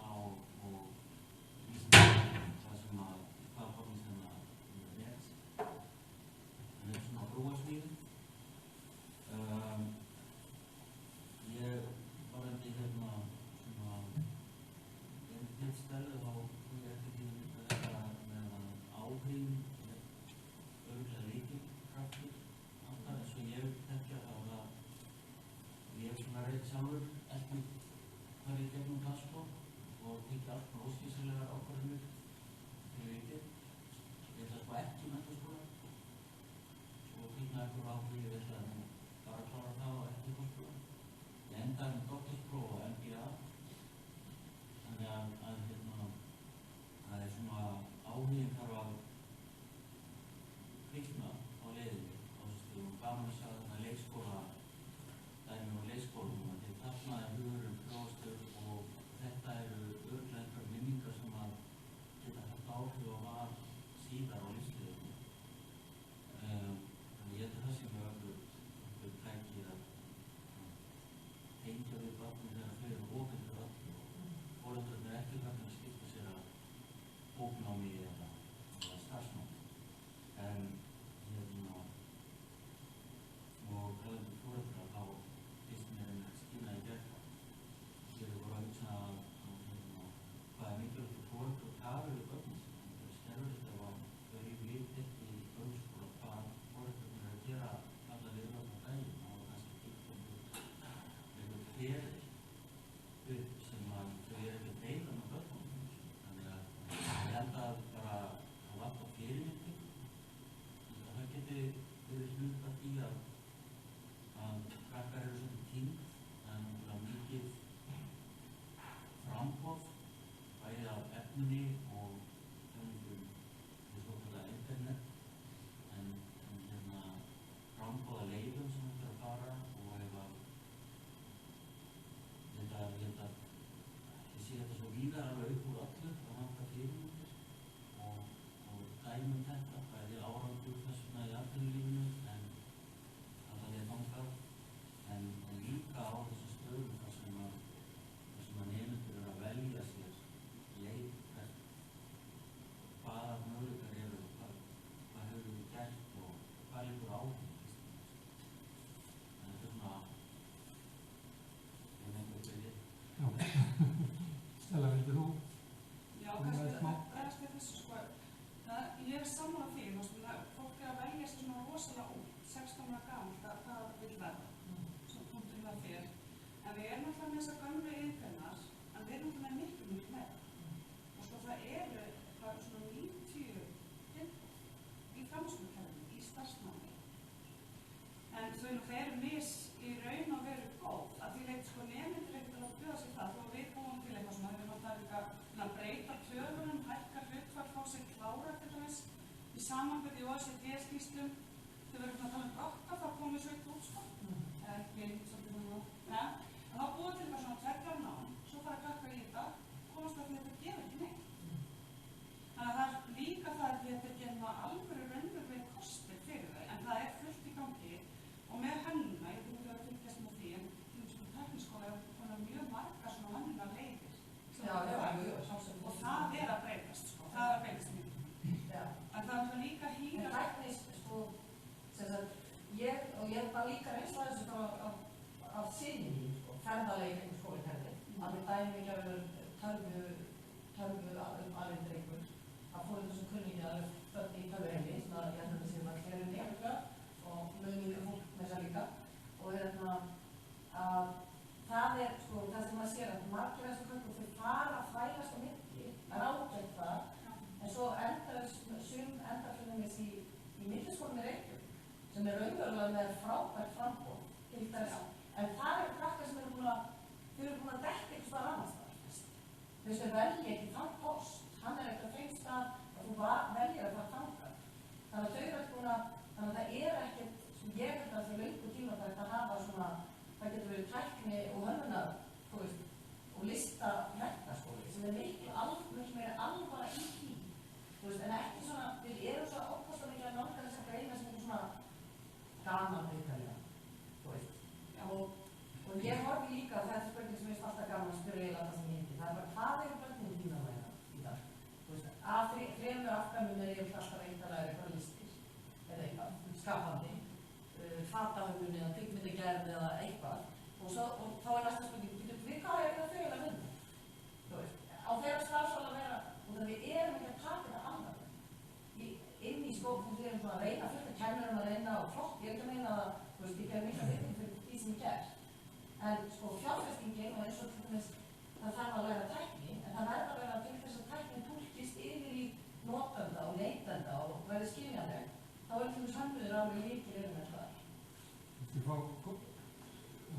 til þess að kommentera það því nú til dæmis þetta STEM sko hefur verið að breyta hugsanlega innan Evrópusambandsins yfir í STEAM og STEM þess að það list er komin þarna þannig að ég held að þetta sé allt í raun og veru mjög allt sem að þeir eru að tala er mjög samflægt þetta er að einhverju leyti allt samspurning en þú hefur kannski Já, veistu hvað, ég starfa náttúrulega í kennarmenntunum, þar erum við í sambandi við sko, menntun kennar fyrir yngri börn, leikskólastigið og yngri börn í grunnskólanum. Þar höfum við samþætt mjög mikið listir, stærðfræði og náttúruvísindi og sem er mjög jákvæmt og reyndar upplýsingatækni líka, sem er mjög áhugaverð nálgun. Þetta er reyndar huga þegar að tala framboð sko í ýmsu skólum þá nefndi ég með, ég held að það sé mjög áhugavert framtak að tækniskólinn var nefndur. Það er skólinn heitir, svo ég byrja fyrir núna K2 í tækniskólinn þar sem er verið að leggja áherslu á það að nefndir í tækniskólinn geti eftir sig sérstaklega í raungreinu, stærðfræði, eftir svo fannst. Þannig að það er eitt. Og eins sem ég langar bara að nefna, takk fyrir að nefna leikskólan, ég held að þessi skipt mjög mjög máli einmitt upp á áhuga. Er þessi leikskólinn og yngristu grunnskólans, þar sem er hægt að vinna mjög mikið áhuga er svona óplæðir þannig að tíminn er það fyrir hendi og tækifærinu það þarf að þróa upp aðferðir með leiðir til þess að vinna með þeim grunnskólan. En það er ekki gaman að fara að heyra. Jú, það er þetta taka smá spurningar hérna, þetta Erna hefur fyrst. Kæra þakka fyrir þetta, Erna náttúrulega í fórstuðvíslu félagsins og hefur mikið áhuga á þessu og sérstaklega við erum alltaf fókusótið fyrir uppbygginguna og þannig ég er svona að reyna að tengja þetta allt saman og snýst þetta líka bara svolítið að reyna að gera sem flesta gerendum í þessari sjálfvirkni væðingu og svo framvegis. Þannig að ég pínu ágjörði að efla alveg rosalega bara raungreinar og meðan hann fannst að skilja ekki hinn út þannig að það verði ekki bara einhver elíti skólar sem mennta raungreina fólk og þeir ætla að forrita allt fyrir okkur og við hinn vera alltaf fylgjendur í þessu. Kannski ef maður bæta við bara ef maður les skýrsluna þarna sem að þú vísar á eitthvað í og kannski gott að fólk átti sér því það er teiknað upp hvað þetta þýðir sko fyrir það er einmitt ekki þannig að það er ekki enginn að fara að sjálfvirkjum að fíkluverðir sko, eða hafsnýttingar eða svoleiðis. Það eru endurskoðendur og svoleiðis fólk sem eru að fara að missa vinnuna sko. Það er ekki þeir sem að þurfa að fara á milli húsa og vinna hluti í höndunum eða svoleiðis. Og það virðist stundum gelast sko, því að fólk sér fyrir sér eitthvað svona mekanist sko, en það snýst ekki það. Ég tek þetta til mín þá er ég algjörlega sammála. En það er mjög mikilvægt að grunnmenntunin, það sé verið áherslu á eins og ég nefndi sko að við þurfum að tækna þessa inn í grunnskólan meira og í tengslu við náttúrugreinarnar og svo það sé nefnt og líka sköpun og öllum stigum, tengja sköpun meira við öll þessi viðfangsefni. Hins vegar sko en ég held að það sé, ef við hugsaum samfélagi, þá er líka algjörlega nauðsynlegt að fá auðvitað sem flesta, en við þurfum líka mjög öflugan hóp, sem er takmarkaður. Ég held að ef við hugsaum framhaldsskólastigi, þá er það þannig að eins og ég nefndi það eru bara út frá í hversu margir kennarum, framboð kennurum, aðstæða, stærð skóla og svo framvegis býður ekki upp á það að við höfum þessa algjörðu úrvalsmöntun aðstæð niður. Ég held að það sé. Þannig að við þurfum bæði að efla breytina, sem hluta almenna menntuninni, en líka er þörf fyrir sérhæfða skóla. En er of fátt hugsunum í Íslandi? Ef ég bara spyr þeirra, það þannig? Já, það er. Við erum í þriðja neðstu sæti að þessu sem að í þessu skýrslu það sem er mælt þessi og þetta má auðvitað deilum alla þessi mælkvarða en þessi svona nýsköpunarhæfni og samkeppnishæfni og svona það er þetta einna mælkvarðanum og þar höfum við verið langa tíma nánast í neðstu sæti af OECD eða öðru svona löndum sem Það er að taka hérna frá Lárusi, Kristín hann á, já, reyna að halda rauðinni hérna. Lárus meina eðlisfræði við Háskóla Íslands. Og kannski eina spurningi til þennan fyrst vildi ég fá kannski að koma þessu með, þetta sé svolítið villigóttum að vera að tala um einhverja elitaskóla þegar við erum að ræða um að koma fjármögnum þessara framhaldsskóla upp að ná kannski parið við meðal fjármögnum á Norðurlandi. Það er ekki elitaskóla sem við erum þannig skóla sem geta lágmarki sýnt þessi hluttekningi tíma sýnt. Og kannski fyrst og fremst er maður þá að hugsa um þessi nefnendur sem er ekki, ég held að allra bestu nefnendur okkar, ég held ekki bara að þetta er sagt og dæmi sína það að það hefur ekki tekist að skemma þau, en þau skila sér. En það eru hinn sem að þurfa meira aðhald frá okkur og utan á það. Við náðum því ekki öðruvísum fjármagn þessi skóla og þá nú ekki bara við þessum menningarskóla, þetta líka starfsnámi og verknámi, því það er dýrt, það er ekki það. Og ef okkur afurmendi hefur verið fjölgafólki þar, þá verður við að gera þessi það. En það var ein spurning sem ég hefði með brottfallstöluna. Eru til tölur hver hátt hlutfall þessu fólki sem ekki líka námið er líka til seint? Ég er enga síður í störfum við þessu fög. Nei, það tölur ekki til, en við veitum það alltaf að við erum í svona ákveðlu samstarfi á svona, þá kemur alltaf þessi spurning á, en hvað er þá allt það fólkstæða? Þá segja þau að vinna. Þá veist það bara þannig hefur það græðið náttúrulega fyrir, utan það var um kvíkurfunni, og þá segja þannig skinnandi stærni þá er þetta andan, því að þeir eru með svo stóru hóp sem hvorki er í vinnum ég ná. En þess að tölur ekki til, það þarf bara virkilega að skoða betur starfsmenntunina. Og ég veit samt líka velta fyrir mig, þú veist, við erum að tala um menntun. Hvað þarf? Það finnum maður líka að sagt, þú veist, hvað þarf marga þjóðfræðinga? Þú veist, það er ekki bara, þetta eru sko, við erum bara með ungt fólk. Við búum til eitthvað svona menntakerfi sem lítur út svona rosalega einfalt. Það er bara eitt stöðbett sem er grunnskólinn, svo kemur framhaldsskólinn, svo kemur háskólinn og svo er svona ákveðin hugmyndafræði sem er að það bara hitist hratt og hægt er. Það er langt best, ég meina vaffir kemur reiknað ævi til fólks og svo er sagt við 16 ára í eðurklárum núna, þannig að ævi til svona mikið hæg. Og það um að kannski verður alveg til svona aðeins snýðing, sko, það bara.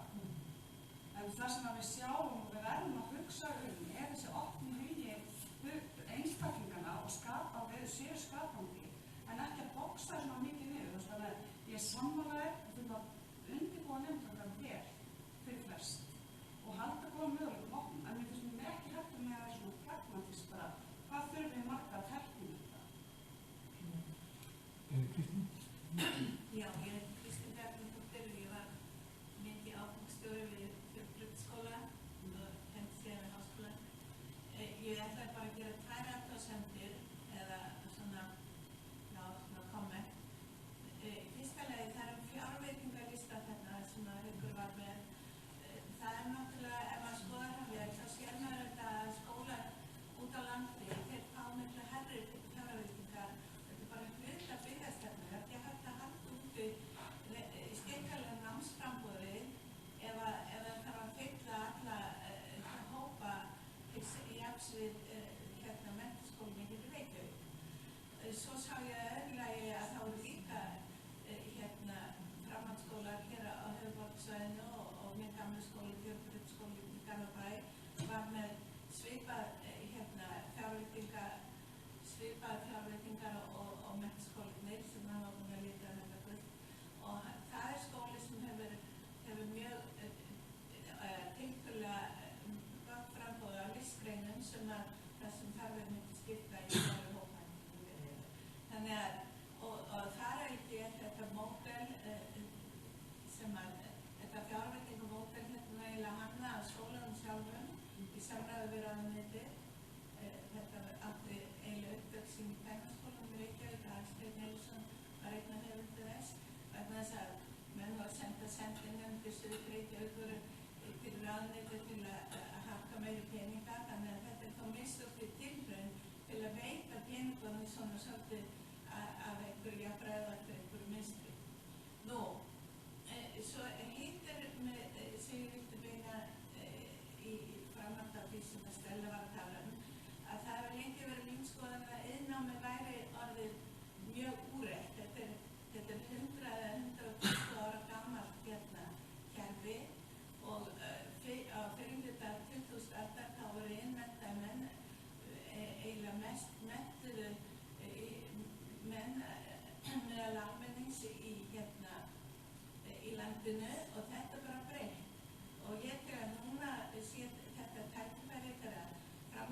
styttur að færa stóran hluta innnáminu upp á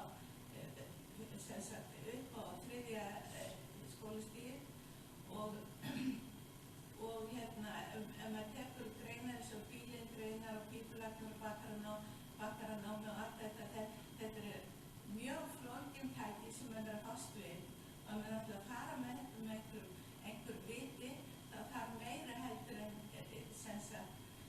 svona, ungling sem að læri bara á þessi tæki. Hann þarf að hafa bakgrunnsþekkingu og ég held að það er ekki tími til að ræða þetta frekar. Ég vil kasta þessu fram. Það sé komið tími til þess að flytja innnámið upp og það getur að styrst þannig að nefndi ljúki í framhaldsskóla, ég vil ekki segja endilega stúdent, 19 ára og 22 ára í þetta innnámið. Já, þú ætlaði að segja eitthvað innan svo tökum við kannski nokkar spurningar í bútt.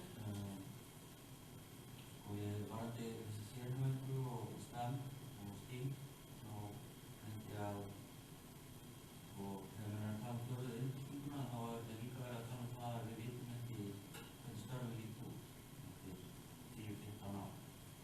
Þannig að við vitum bara að við erum kannski að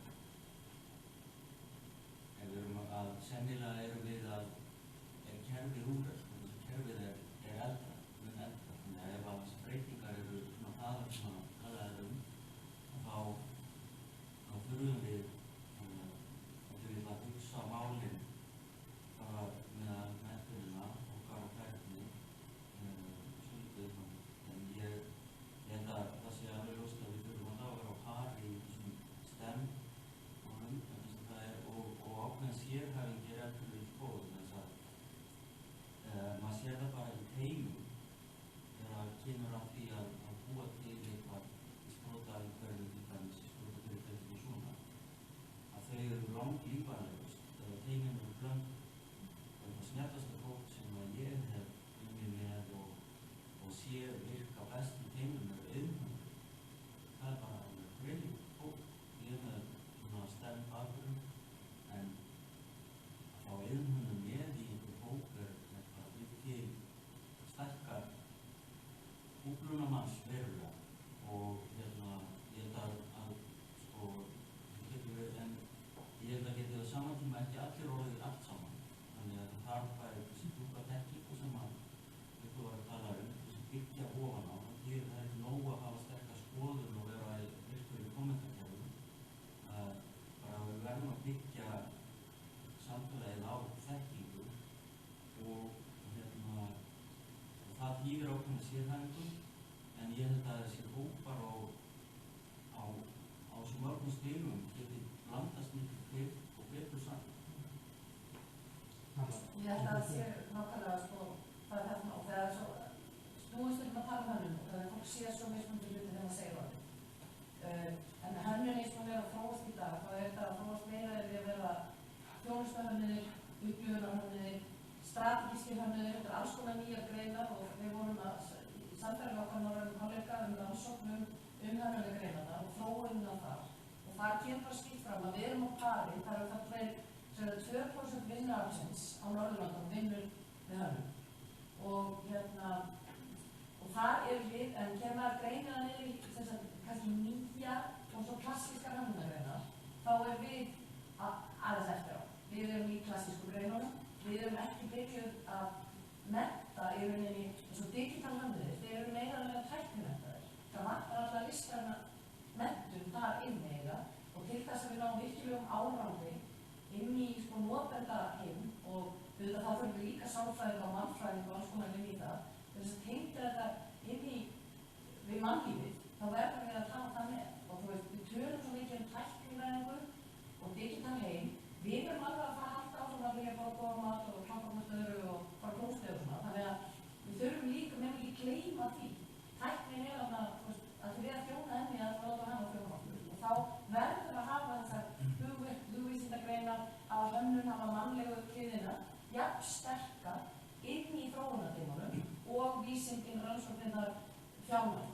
Og það er náttúrulega sem við talum að til þess að ná virkilegum árangri, þá þarf það að hafa bundið að þessu fólki saman í teimum. Og þá náðum við ekki meira árangri og ekki meira breytt.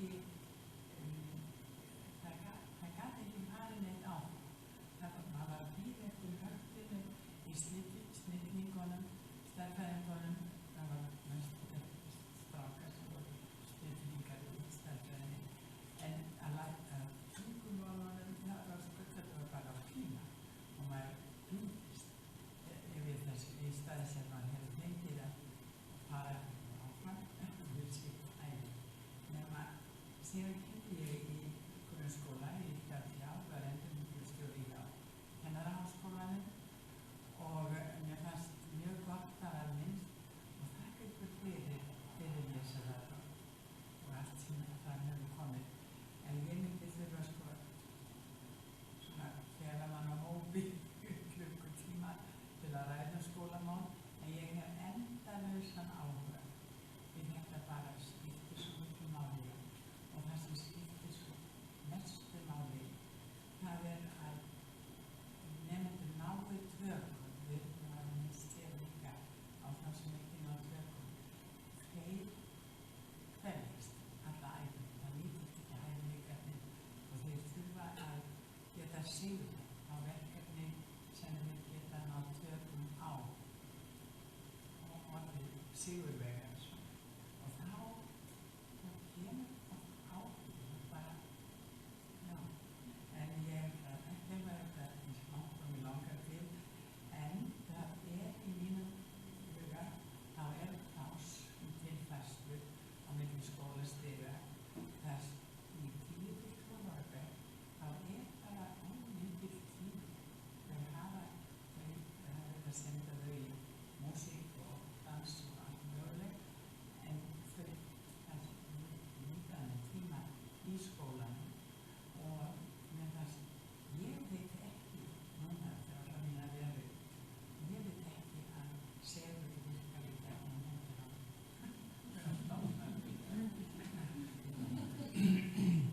Já, það er þetta með að fanga og það er alltaf stúdía út af þessi hvaða umhverfi þarf að búa til þess að fólk finni sig í þessu. Það má ekki stýta líka maður þarf ekki víst, það fyrir stýta grunnskóla. Jú. Akkur að stýta grunnskóla? Fyrirgerð má ég aðeins að mátti læra inn í aftur í niður í síðan mátti þetta var niður í, en það mátti læra ýmislegt úr menntaskólanum byrja fyrr. Þau þarna mjög opin á þessu og þessi eftir 12 ára baka. Þórdís, Já, bara örstu, bara takk fyrir frábær erindi, þú veist að næstu vikur eða mánuðir, gott að vita af þessu rannsóknum. Það er svo margt, það er svo mikið tímamarkir, kannski starfar frábært og óbúslega áhugaverð. Það er kannski svipað á Lárus að tala það er svo mikið þversögn sem ég sá hana. Það fara mjög fáir inn, samt erum við í samfélagi tölum segja að það sé minnsti launamunur miðað við flest lönd, þá myndi þessi vera háskólamenntaðir og ekki. Svo það er, þú veist, við tölum þetta ekki það. En svo er önnur þversögn sem ég veit ekki getur komið inn á, en Lárus kom inn á, að þeir sem fara í starfsnám eru ákveðnar með sitt val, þau eru ánægðir með sitt val og sína veru. Og það er miklu verið gott að, ég bara fæði þetta til að ganga upp. Nei, ég er alveg saman. Þetta er ótrúlega þessu. Líka sérstaklega því að þegar ég er búin að taka kritis hversu vel undirbúin þeir komu, þá meina ég náttúrulega í akademísku námi, bóklega námi, þá er ennþá miklu meiri líkur á að þeir hætti. Og við þurfum bara að skoða þetta líka þess að sko ég er að vinna miklu normunum og þeir eru búin að rannsaka mjög mikið sitt starfsnám. Og þá kemur bara ljóst að þetta er mjög mismunandi eftir grein. Þannig að sumar greinar halda miklu betur utan sína vindur en aðrar. Og svo líka svona spurningum sko auðsýkartækina og markaðsmálin. Alveg við til þess að varum hérna á tímabili að reyna að fá stráka í hjúkrunarfræði. Og þá sýndum við svona stráka í herjeppum einhvers sem voru svona, það var svona flott sko að hjúkrunarfræðingar að herjeppa. Svo komið strákar í hjúkrunarfræði og það mættu við bara svona með þetta kettlingum sem voru að kenna þeim og það var engin herjeppi. En það er eins og með hérna, þú veist, eins og kom fram til dæmis í Noregi að það var svo rosalega mikið af krakkar sem að völdu matrist. Allar með kokkinn. Svo bara komið og held þetta væri bara, þú veist, Jamie Oliver og bara ógeðslega skemmtilegt, Nigella og svona. Og svo var það bara eitthvað svona að vinna í einhverjum ógeðslega stórum, leiðilegum sjúkrahús, hérna, eldhúsum og bara rosa takmarkað þetta sem hægt að gera og bara svolítið þræla að vinna. Þannig að þau fóru mjög mikið út og við vorum svo mikið þessar hugmyndi til þau mættu. En svo er þetta líka spurning. Það er líka lögfræði, fóru verið lögfræði ég man ekki hvað þetta séri hérna réttu eða læknisfræði og þegar greisa anatomy og þetta er bara svona. Já. Þau eru svona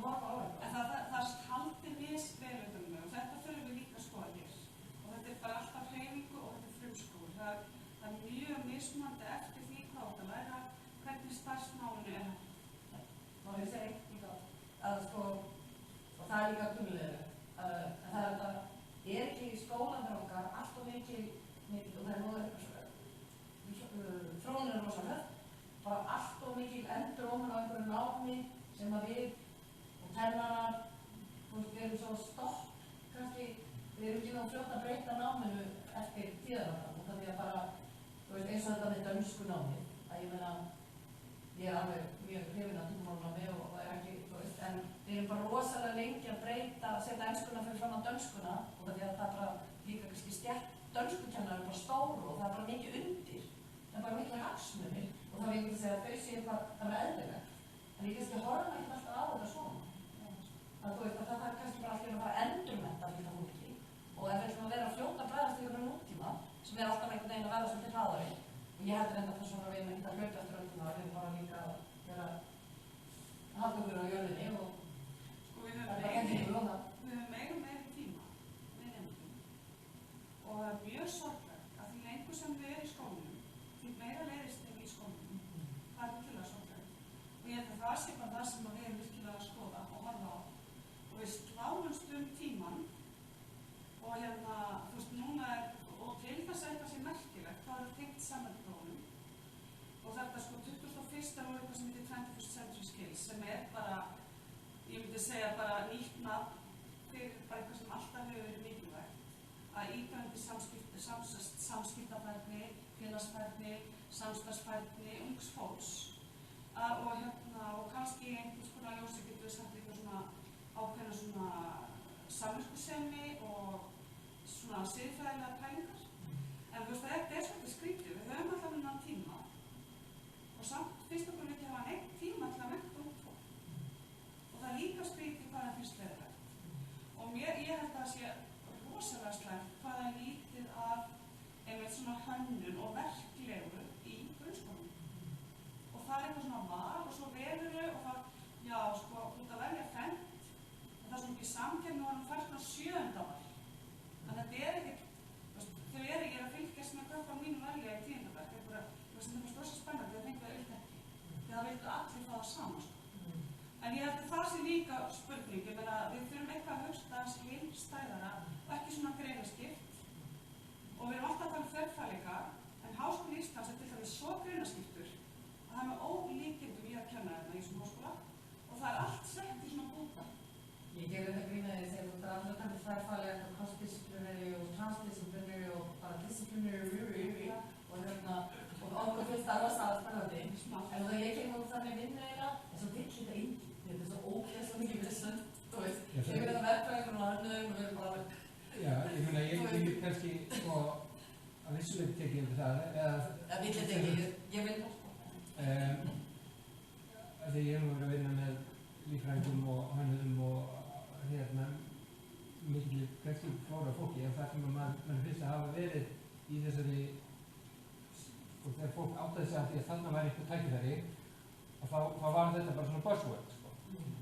En það var enginn sem að kannski sett inn á blað vinnuna sem þarf að fara í þetta til þess að þetta funkar vel af því að það þarf að brúa bilin á milli þessar greina með að gríðarlega miklu og djúpu samtali og svona og bara vinn það er ekki þannig að bara setja fólk saman við borð og það gerist eitthvað frábært sko. og eiginlega saman sko, finnst mér sko, skólinn hafa svolítið feilað á meðan bara mína reynslu af mínum börnum við þetta samstarf og hópavinnu og svoleiðis sko, þegar það var nú nefnt hérna sem manni finnst bara að vera alveg skelfing sko, fyrir börn og kannski sérstaklega börn sem að standa sig þokkulega og eru svona vilja taka ábyrgð að það er ekkert eftirlit virðist vera mikið með þessu hópastarfi, það er bara svona þú og ég vilja þetta verkefni og svo er 3 sem gera ekki neitt, 2 sem gera allt og það er ekkert sko, fólk er ekki kennt að vinna saman í hóp, það er ekki verið að gera þetta á neitt konstruktívan hátt er mín upplifun, hún er bara mjög takmörkuð en einhvern veginn finnst manni þetta hafa gert bara mjög frákvæðum öllu svona hópastarfi af því að við veitum að þetta er bara pína og það er í staðan fyrir að virkilega læra það og setja saman einhverju kompetensa með sérstaklega tilgang í huga, sko. Og þá er ég meina viss örgja miklu gagnilega að taka fólk úr einhverjum allir skólum eða þú veist, búa til einhver svoleiðis teymi heldur en bara akkurat 3 sem sitja út í sama hotni í skólastofunni allt inn að fara að vinna saman að einhverju. En það er svona, já, ég veit ekki hvort það, ef maður taka kannski að því að klukkan er svolítið margir að taka kannski bara östuð svona frá já,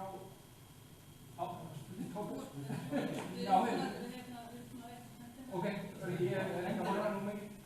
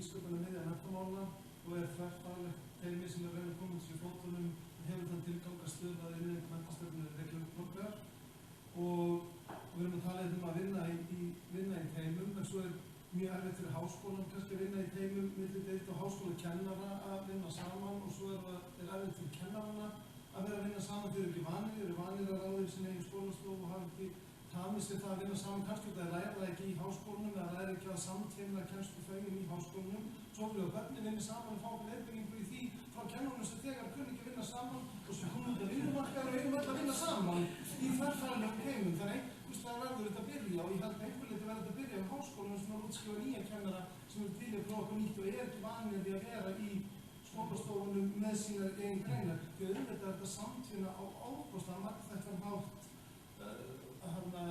verktekni, tekníkgreinar, vísindi, allt þetta spila allt saman og tungumáli kemstu þess vegna því að greinarnar, bækurnar, efnið, upplýsingarnar, þekkingin er á ensku eða dönsku eða tungumáli sem þú vilt læra í samhengi við þetta. Þannig við þurfum svo ótrúlega að brjóta þetta box ef að þú komast inn í þessa 2001. aldar hætni sem við þurfum að gera en aftur eitt með boxin við þurfum líka að standa vörnum sveigjanleika sem við höfum í íslensku menntakerfi. Það að það sé eðlilegur hluti af lífsferðli fólks að sækja sér menntun þegar það er 25 ára eða 30 eða 35 eða 45 eða 50 og eiga þar 20 góð starfsár á nýjum vettvangi eða hliðstæðu vettvangi.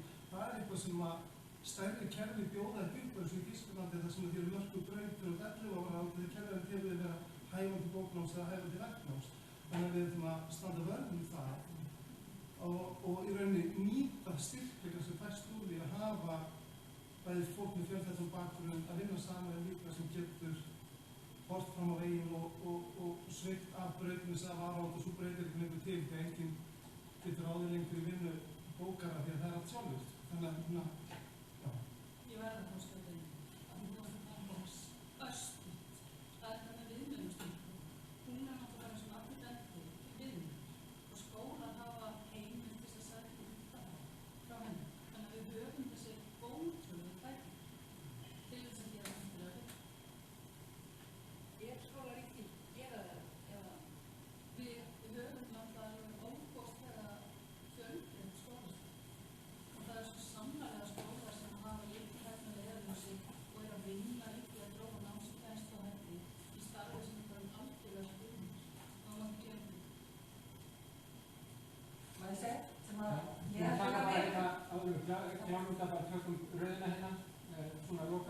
loka komment, þessi ekki fleiri spurningar.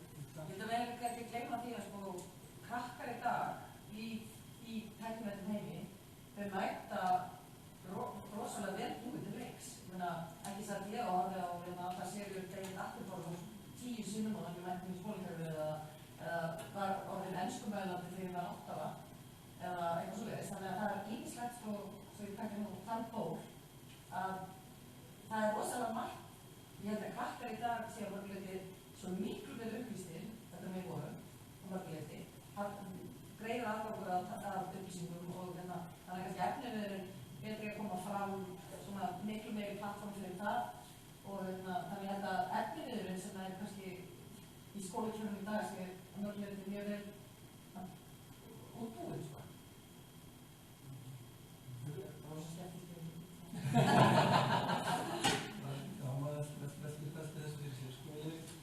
Ég held að, kannski ekki svo miklu að bæta það sem ég var að segja tölunni, en það eru ýmsar áskorunir sem að glíma við og það er reyndar, það er nú, hvernig, og sérstaklega þegar maður fer að velta fyrir sér skólastarf eins og umræðan snýst og mörgum vitum og það er að gera mjög margar góða hluti, en ég held að þeir svona byggi mjög gjarnan á kannski framtaki einstakra kennara, þessi minnaði sem svona einhvern veginn innfærið í kerfin og reynda mjög að því ég starfi kennurum eftir maður mjög áhugavert að segja þetta samstarfi vegna þess að nefnirnir okkar alltaf að vinna saman, það er alveg stöðugt, þessi leggjum bara til hópverkefni sem þeir eru að vinna saman og mjög áhugavert að heyra að þeir geti svo kynni saman eftir þessi ásýn í kennaranámi en sem kannski sýnir okkur hvað menntun er kannski ekki jafn áhrifamikið skólagangur, ekki jafn áhrifamikið tækni sem var kannski vonast eftir. En það er fullt áskorunum og ég held að við þurfum að svona vinna betur í að koma þessu inn í að kerfisbund og það sem við erum gert. Já, bara takk fyrir innleggin. En ég vona að ekki koma þannig út í að segja skólakerfið sé öfur, það er alls ekki það sem ég á við. En við erum náttúrulega með skóla án aðgreiningar sem er rosalega áskorun. Og það er svo mikil áskorun vegna þess að við erum að tala 25, bara þetta er út fram dæmar, 25-30 manna bekk og það er svona svo margir með þess að séð þarna og svona svo framvegis og svo fáum við bara rosalega lítið stuðning í bekkin eða við fáum kannski bara 17 strá sem kom ekki neitt það er góðæri og svo framvegis og það var meira sem hafa hamslega honum. Þannig að þetta er bara miklar áskorunir. Annars sem er mikil áskorun, það eru kennsluhættir. Það er bara kemur í ljós hjá okkur, þá er mjög mikil einstefnu kennsla. Það þýðir að við erum að kenna svona frá kennaranum til nemyndana og nemyndum finnst hópverkefni ógeðslega og ég held að sé eitthvað, við þurfum eitthvað að skoða það, ég er ekki kennslufræðingur. En svo bara lokum vil ég segja, við erum að æðislega sveigjanlega kerfi. Miklu sveigjanlegra, þetta er gengur. Og mér finnst og það hefur verið nefnt sem eina ástæðan fyrir því að við myndir hætta í námi að þú veist, þau telja bara þegar þú komur svo auðvitað aftur sem er kannski ekki alveg rétt, en það er samt rétt, en þú veist, það kannski er að koma aftur í nám þegar maður 25 á 29 og komið fyrsta barni og öðrum en við skulum standa verðum þá, líka þetta sko, þú veist, í sögum kerfinu, þú veist, ekki skiptur skoði og byrjar í einu námi, til dæmis í Danmörku skiptur, svo er það meira þannig, þú verður í háskóla, þú byrjar í einhverju, þú mátt ekki skiptur skoðan fyrir næsta, þú er algjörlega frábært. Og mér finnst bara fólk að skipta oft með skoðan. Hvað segir það fyrir skipta oft með skoðan? Já, hvað ég segja? Ég held að sem ég var að hugsa á var það að Þýskaland kom upp hérna og Þýskaland í nokkur árum og var þar í skóla en það ekki var í landslagsskóla en þetta þýska kerfið er svona bara þetta 12 ára á sig kennari sko þú voru ekki að gera í háskólanum. Það var nú illa farið fyrir mörgum íslendingum ef að það verið valið svona snemma held ég. Það var ég var ekki farið í frámnámsskóla, það var auðvitað en það var þetta, ég hugði það líka á mínu börnum sko í íslensku grunnskóla að þar var ég vitna því að það